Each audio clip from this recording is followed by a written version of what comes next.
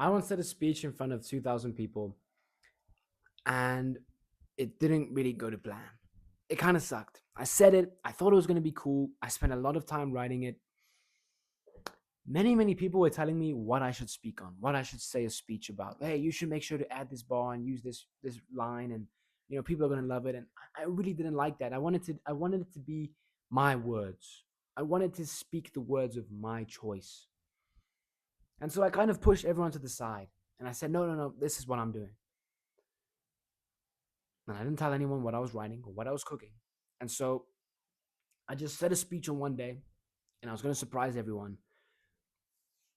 And I used words which made me sound deep, big words I don't usually use. I used the unnecessarily sophisticated rhyme scheme in my poem. I was writing a poem for the end of my speech, and I thought it was going to be amazing. It's going to change the world. It's going to be revolutionary. But no, I said, "Cometh winter" instead of "when winter comes." Uh, I wanted it to be poetically good.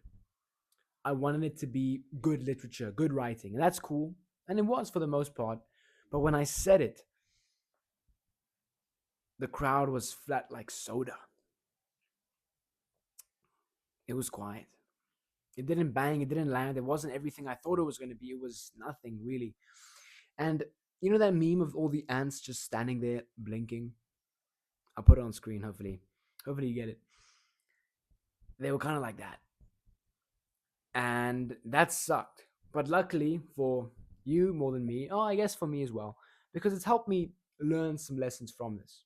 From that moment, move onward, move forward with a bit more insight, and it's helped me deliver better poems, better speeches that actually won public speaking competitions, received standing ovations, and it's helped me speak in front of crowds the same size, 2,000 people, give or take, with more confidence a few more times after that. So, here are 5 lessons I learned.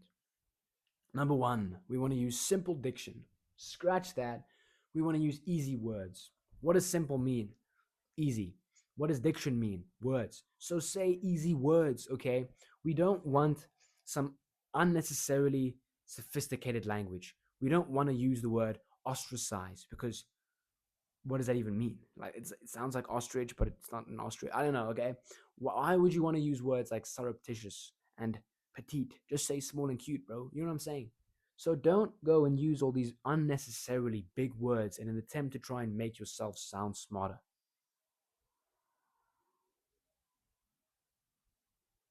Make sense? Just use words which everyone can understand.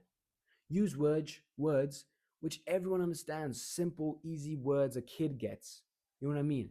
And what that does is it just makes your whole speech a lot more palatable. All right, it's like eating an elephant. Where do you start? Okay, but if it's an apple, or if it was an apple, it's easy. You pick it up, you eat it, you take a bite, you chew it like it's an apple. Okay, it's an ABC easy peasy lemon squeezy word. Okay, everyone knows what it means. It's an apple. But if you go to Nobu and you get some weird sushi sashimi taco, how do you eat it? Do you first eat the filling, then you use the taco base as like something you dip it in the hummus, or like what do you do here? Okay, you use a fork and a knife. Okay, we don't know. So don't use these big fancy words.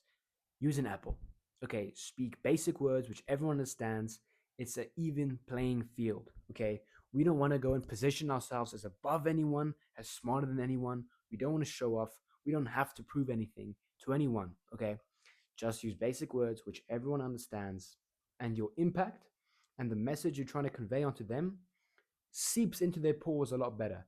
They understand it better. They resonate with you better. They gain more from it. So you do them a favor, and in turn, that helps and benefits you because they actually understand you. All right. So, our second point here, lesson I learned, is avoid the theatrical drama, performancey stuff.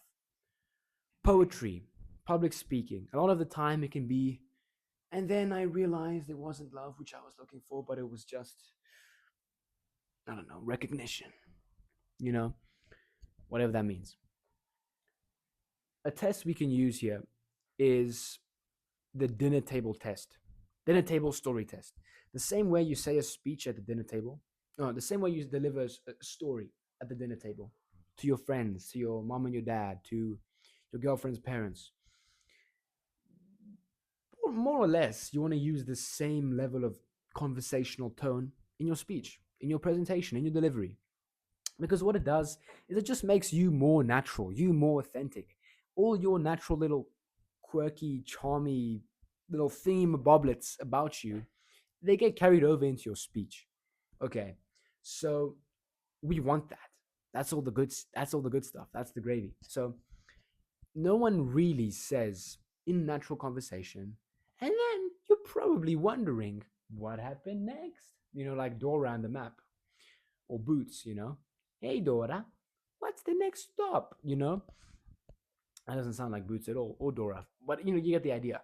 And then you were wondering what happens next. No, bro, you don't even know what AI is. AI is artificial intelligence. Artificial intelligence.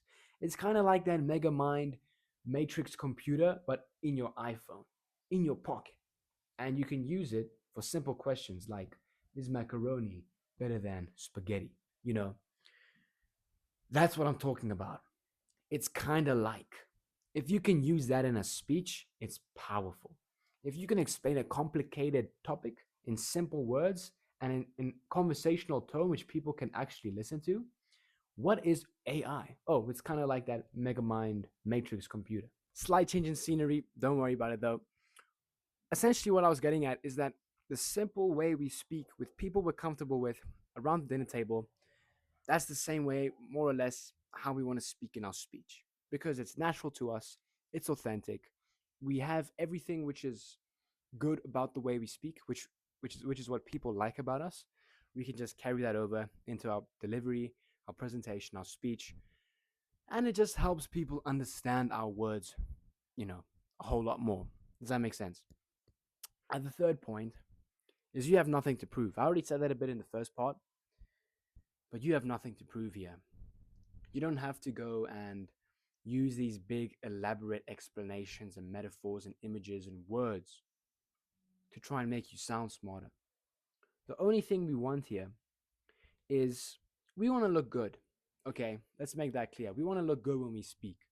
And the way we do that is through carrying ourselves well, pausing, making it clear that we are confident and comfortable with the silence, with the moment, with the pressure. High stakes moment. We can smile. We can have fun. We can have a good time. We can still make jokes. We look charming when people laugh at our jokes. That's how we achieve these things. We want to look good. We want to look smart. We don't achieve that by, it's kind of like show, don't tell. Don't just tell people you're smart with, "Oh, and then the grass isn't greener on the other side, it's greener where you water it." What does that mean? You know? So we want people to understand that we're smart through the way we can explain big concepts in a simple way. People know we're smart when we can transfer our knowledge to them. When people know what AI is now because of my explanation, it makes me sound smart. So every time they think of AI, it's kind of like, "Oh yeah, this was introduced to me by Luca." I hope that makes sense. That's how we achieve this. It's not by going and saying these big words and using these big rhetorical devices and some deep poetry rhyming scheme, blah blah blah stuff. Okay, I hope that was actually we up beatbox, but I stutter. It's okay though, not a gutter. And I want to clean my room because I'm tired of all the clutter. Okay, so I gotta cook my omelet, but I don't have avocado oil, so I'm gonna use me some butter. Okay, so what we want is, don't come across as too smart, or don't try hard to make yourself look smart.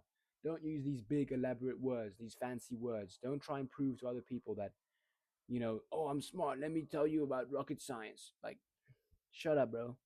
Play it safe in the sense that you're simplifying things. Okay, because simple works. And if it ain't broke, do not fix it. So, number 4, focus on timeless topics instead of complex ones. What I mean by that is, I had to say a speech. I was valedictorian. Oh, and as you say, valediction speech. And so I said something like, let me just read it, sorry. Life's lessons are whispered, not shouted. That silence feels like failure, though. And the way I view this as timeless is I said a story which explains this topic being applicable to the past. So it was a story of me and our year class of 2025. I'm pretty young, singing singing a song in front of the school and no one clapped. It was like our initiation. No one clapped, but everyone usually claps. And we thought that was failure. That silence felt like failure, but it was actually us learning a lesson. Uh, and then the present, before I came up on stage, it felt like silence. The silence before I say a speech for the last time. And then as we move, that's the present. And then in the future, the way it applies is, oh, as we move forward into our lives and we step into these adult, professional, you know, career ladder situations or positions, there's going to be silence. There's going to be moments where it feels like failure, but it's not. Look for the lesson, listen for it, whisper, the whisper, the whatever. Okay. The present, the past, the present, the future, that's a timeless topic. 30 years from now, it's still going to be kind of applicable. AI is a complex topic. If we can kind of make it timeless in that sense, attribute it or find a way to apply it to the past, the present, and the future, cool. But in the future, it's kind of like, how's it going to apply? You know what I'm saying? So focus on timelessness instead of complexity. With my poem, the way I made my poems better was instead of just trying to be complex and using these big random devices and trying to add diacope and these random rhetorical devices and things I thought were cool and technically good literature and good writing, they don't really work in practice to the way in the way that a few basic techniques would. So, I focus on the timeless rhetorical devices like anaphora, repetition, like antithesis, contrasting ideas, like climax, largely building it up and then stopping at the final point in a group of three, three paragraphs in the poem, stanzas, things like that. Those are timeless devices which I use that work. Bang for my buck, you know, things like that. And I say things like that more than I should, but I hope you understand things like that. So focus on timelessness instead of just complexity. And then the fifth and final point is don't ask people for their advice, just ask them for their thoughts. I always had a buddy. He wasn't the smartest guy, but man, did he understand Roman rhetoric to its core. He didn't even know what Roman rhetoric was. He just knew it sounded good. So I would go to him with my poems, with my speeches, with my quotes, my closing lines, and I would say it to him, and he would hear it, and he would say, that's good. Or he would hear it and say, what was the last part again? Or the first part? I don't know. That was too long, bro. He didn't understand the principles. He couldn't name a single one. He just kind of instinctively knew it. And so when I would go and say my material to him, he would be like, "Oh, that's fire. That's fire." Or you could be like, "Oh, that's too long, bro. Shorten that." What does that word mean? Hold up, hold up. What does that word mean? And it was his thoughts. He wouldn't tell me, "Yo, go say that. Yo, here's this bar. Yo, make sure you talk about that because that's cold." No, it would just be, well, I don't know what that means. Oh, i.e. means simplify it. Oh, bro, what was the first part you said? This shit long.